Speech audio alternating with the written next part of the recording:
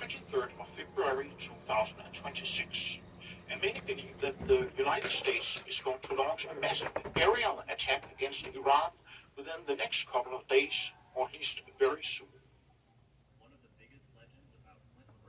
For decades, students of Bible prophecy have speculated that a possible American aerial attack against Iran could be a second fulfillment of the prophecy in Daniel chapter 8, which describes a ram that is attacked by a goat coming from the west.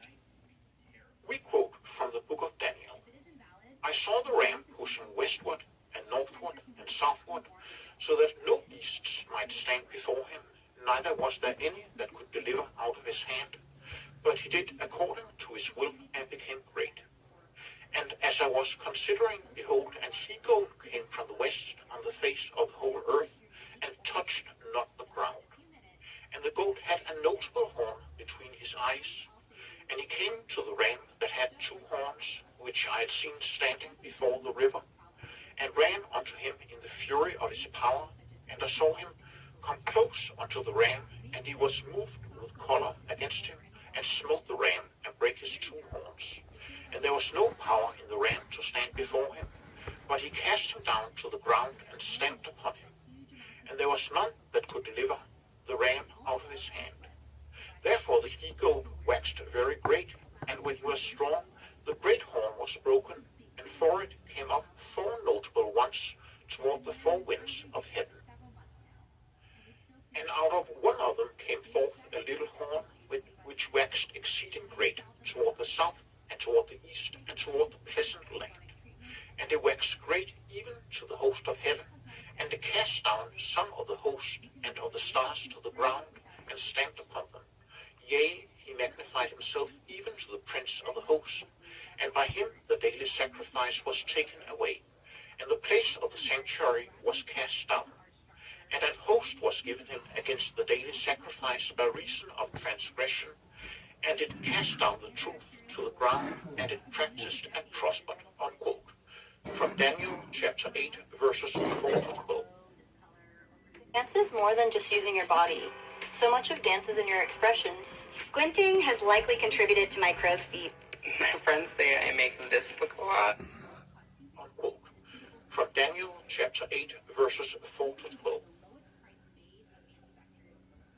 Everyone agrees that this prophecy was fulfilled when Alexander the Great attacked the Persian Empire in 334 BC and finally defeated it in 330 BC, after which Alexander died in Babylon in 323 BC, and his empire was divided among four of his top generals. The little horn that sprung up is also universally agreed to be King Antiochus IV Epiphanes of the Seleucid Empire, who is a type of the future Antichrist. However, some prophecies are fulfilled more than once. Is it possible this prophecy would have a second fulfillment in a possible American-Israeli attack against the Islamic Republic of Iran? Let us take a look at how it could play out. The attack against Persia or Iran will be from the air. According to the prophecy, the goat coming from the west would not touch the ground. Quote from the book of Daniel, "And he-goat came from the west on the face of the whole earth, and touched not the ground." Unquote. Daniel chapter 8, verse 5. This was fulfilled at least in part by Alexander because he rode on a horse. However, kings at that time all rode on a horse or in a chariot, so there was nothing special in the fact that Alexander rode a horse. Alexander's army did have cavalry, but so did the Persians and every other army at that time. Their Wunderwaffe was the Macedonian infantry or phalangites, which were organized into densely packed phalanx formations armed with sarissa, which were approximately 6 meters or 18 feet long pikes. When the enemy attacked the Macedonian phalanx, the enemy would impale themselves on the Macedonians' pikes. That was how the relatively small Macedonian army defeated the much larger Persian army. On the other hand, the expected American-Israeli attack on Iran is believed to be almost entirely airborne. The Americans and Israelis are expected to attack Iran using a huge number of aircraft, missiles and drones. They are expected not to launch a ground invasion. This is because a ground invasion likely would be unsuccessful and extremely costly. Also, the United States has only bad experiences with ground invasions of Iraq, Afghanistan, Vietnam, etc. And finally, Donald Trump has a preference for short attacks that cost little and has few or no American casualties, but a great theatrical effect for the mass media.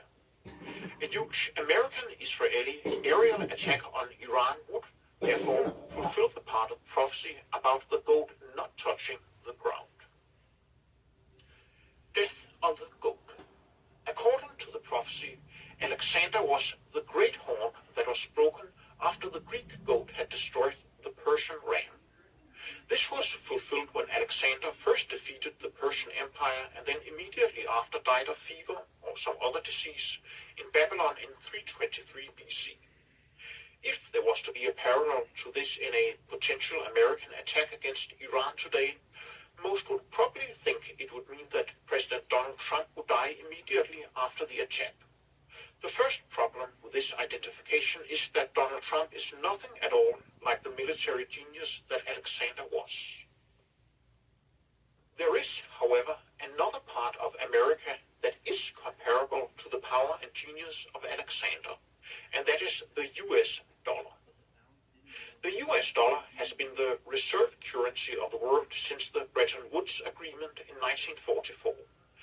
There, the almost victorious Allied nations agreed that the US dollar would be the reserve currency of the world, because after the Second World War, America produced half the goods in the world and possessed more than half the gold in the world. Europe was in ruins, and so was East Asia. According to the Bretton Woods Agreement, the nations of the world literally could exchange their dollars for gold. The Vietnam War ruined the finances of the United States, and their European allies suspected that their gold reserves in Fort Knox possibly were not there. Therefore, in 1971, France asked the US to get back all their gold that was kept at Fort Knox. The US agreed, and a French warship literally docked at the harbor of New York and sailed back to France with the French gold. The American government realized that if all of their allies asked to get their gold back, America could not give it to them because they had spent it on the Vietnam War. In 1971, President Nixon therefore declared that the dollar was going to be taken off the gold standard, quote-unquote, temporarily, so the nations could not trade their US dollars for gold. That temporary status became permanent and has remained until today. Instead, Nixon made an agreement with the Saudis and the other Gulf states that all oil would have to be sold in US dollars. This ensured that the nations of the world would need large quantities of American dollars and that the dollar would keep its reserve status. This deal was known as the petrodollar. Well, hot for yard work, eh, champ? Yeah, tell that to old lady Johnson's yard. Did you know you could earn money playing games on your phone? I can? With free cash, you can earn actual money by playing their games, which you can cash out instantly. You'll be hooked. Plus, players can earn money via Amazon gift cards, PayPal. Install now and start earning money while having fun. This yard's a mess! Free cash! This deal was known as the petrodollar. Since everyone wanted to buy dollars, the United States kept on spending more than they produced, and therefore acquired a larger and larger national debt. As of February 2026, the U.S. national debt is a staggering $38 trillion, an amount so big that even if the American government wanted to pay it back, they would not be able to do so. In 2026, even the interests on the national debt are larger than the defense budget. And the American defense budget is by far the largest in the world, larger than the next 10 nations combined. And since the American debt is only increasing, the interest on the debt is also increasing exponentially. The world's confidence in the US dollar was shaken in 2014 when the US sanctioned Russia for taking over the Crimea Peninsula and supporting the Russians in the Donbas region of the Ukraine. The world's confidence in the US dollar was shattered in 2022 when the US confiscated Russian reserves in the US to punish Russia for the invasion of Ukraine. The world said to itself, if America can do this to Russia, they can also do it to us if we have a disagreement with America. Since 2022, de-dollarization has only increased, and central banks, as well as private banks and investors, have instead invested in gold and other assets. More and more countries are selling their US debt. China used to be the biggest buyer of US treasuries, but today China owns only half the US debt they did in 2013. They know that if the US one day attacks China, as many believe the US will do, in order to prevent China from becoming as powerful economically and militarily as the US, then the US is not going to pay back the American debt that China has bought. In January, the Danish pension fund Akademikerpension, the pension fund for academics and teachers, announced that they would sell all their US Treasury bonds because of, quote-unquote, poor US government finances, unquote. They did not sell their treasuries because of Trump's threats to invade Greenland earlier that same month, but it only made it easier to announce it publicly. The United States can continue to increase its giant debt as long as they can sell their treasury bonds, but fewer and fewer are willing to do that. When they can no longer sell new American debt, the American government has the choice between printing lots of new dollars, which means massive inflation, or default on their debt. In either case, the dollar will lose its status as the world's reserve currency. The governments of Germany and Italy are under pressure from economists to repatriate their gold reserves they hold in the Federal Reserve Bank in New York. The argument in Germany is that if the US government is seriously considering invading Greenland, which is part of their supposed ally, the Kingdom of Denmark, the US government might also simply steal the foreign gold reserves in America. Even without an American attack against Iran, the US dollar is projected to lose its status as the world's reserve currency within a few years. Earlier this month of February, the US Secretary of State Marco Rubio even said in public that within 5 years the United States will no longer be able to sanction other nations because the dollar will no longer be the world reserve currency. Could it therefore be that, like Alexander attacked and defeated Persia and then died, America is going to attack Iran, and afterwards the US dollar is going to collapse and lose its status as the reserve currency of the world? The GOAT's empire is split in four. Geopolitical and financial experts predict that if the dollar was to lose its reserve currency status, the world would not get a new reserve currency because there is not any one currency that is strong enough to be that. The likely outcome would probably be that there would be several currencies and assets that would supplant the dollar, including gold, the Chinese yuan, the euro, an inflated US dollar, as well as CBDCs, Bitcoin, and other digital payment systems. This would also be similar to Alexander's empire that was divided between four of his generals. We quote from the book of Daniel. Therefore the he-goat waxed very great, and when he was strong, the great horn was broken, and for it came up four notable ones toward the four winds of heaven, unquote. Daniel chapter 8, verse 8. The Antichrist. The two greatest Hellenistic successor states to Alexander's empire were the Seleucid Empire in Persia and Syria and the Ptolemaic Empire centered in Egypt. In the early 160s BC, King Antiochus IV Epiphanes of the Seleucid Empire tried to ban the law of Moses that the Jews in the land of Israel were following. Antiochus placed the image of the Greek pagan god Jupiter Olympus in the temple in Jerusalem and forced the Jewish priests to sacrifice pigs to pagan gods. That is why Antiochus Epiphanes is considered to be a type of the future Antichrist. Wow, sinceramente, recomiendo muchísimo esta plancha de vapor. Llevo usando... Epiphanes is considered to be a type of the future Antichrist. We quote, "And out of one of them came forth a little horn, which waxed exceeding great, toward the south, and toward the east, and toward the pleasant land. And it waxed great even to the host of heaven, and cast down some of the host and of the stars to the ground, and stamped upon them. Yea, he magnified himself even to the prince of the host, and by him the daily sacrifice was taken away, and the place of the sanctuary was cast down. And an host was given him against the daily sacrifice by reason of transgression, and he cast down the truth to the ground. And it practiced and prospered," unquote. Daniel chapter 8, verses 9 to 12. If the American attack against Iran is a second fulfillment of the first part of the prophecy of Daniel chapter 8, it suggests that the future Antichrist will come out of one of the currencies or payment systems that are going to replace the dollar as global reserve currency. Could it perhaps mean that a digital currency is going to replace the dollar, at least in part? That is what many of the most powerful people are pushing for.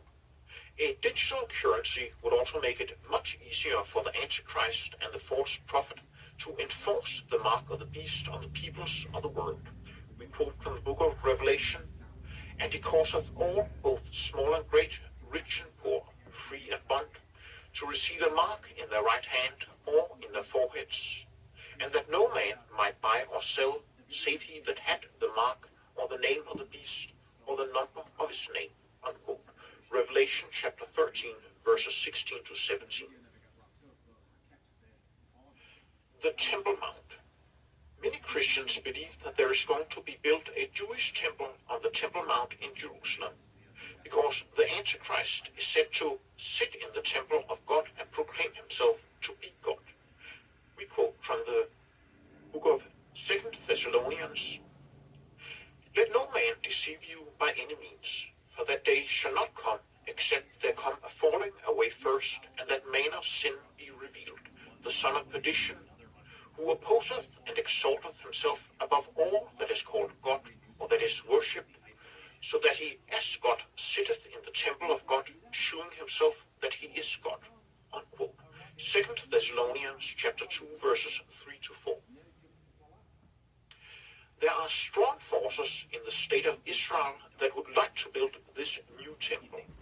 There is even a temple institute which has already prepared most of the necessary equipment for a new Jewish temple, including a replica of the Ark of the Covenant. One huge obstacle for building a Jewish temple is the fact that the Dome of the Rock and the Al-Aqsa Mosque are on the Temple Mount. Bulldozing them would make the Islamic world explode in anger, which is why only Zionist extremists in the state of Israel support this.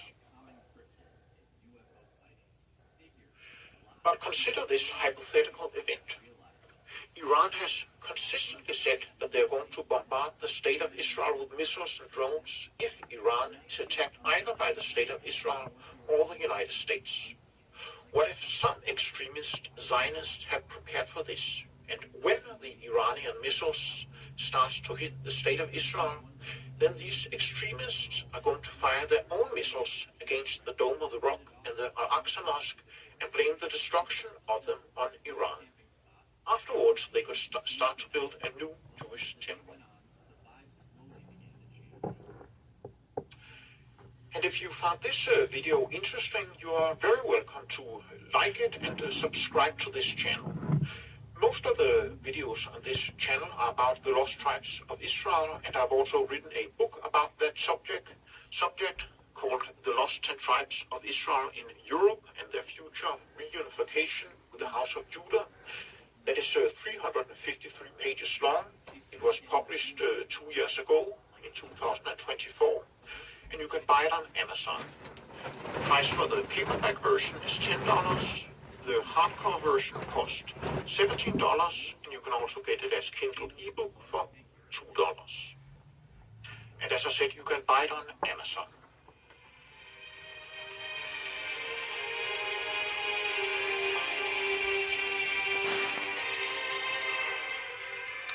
That was an original video by our good friend Michael S. Craig, who lives in Denmark, author and historian.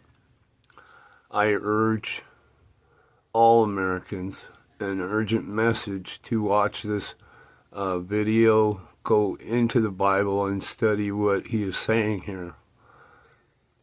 I think it is very relevant now that the war in Iran has begun.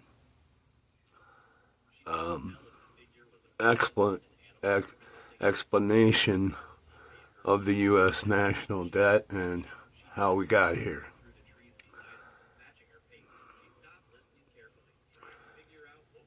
I look at it and I'm going to be 63, and I've only recently found out how all this works.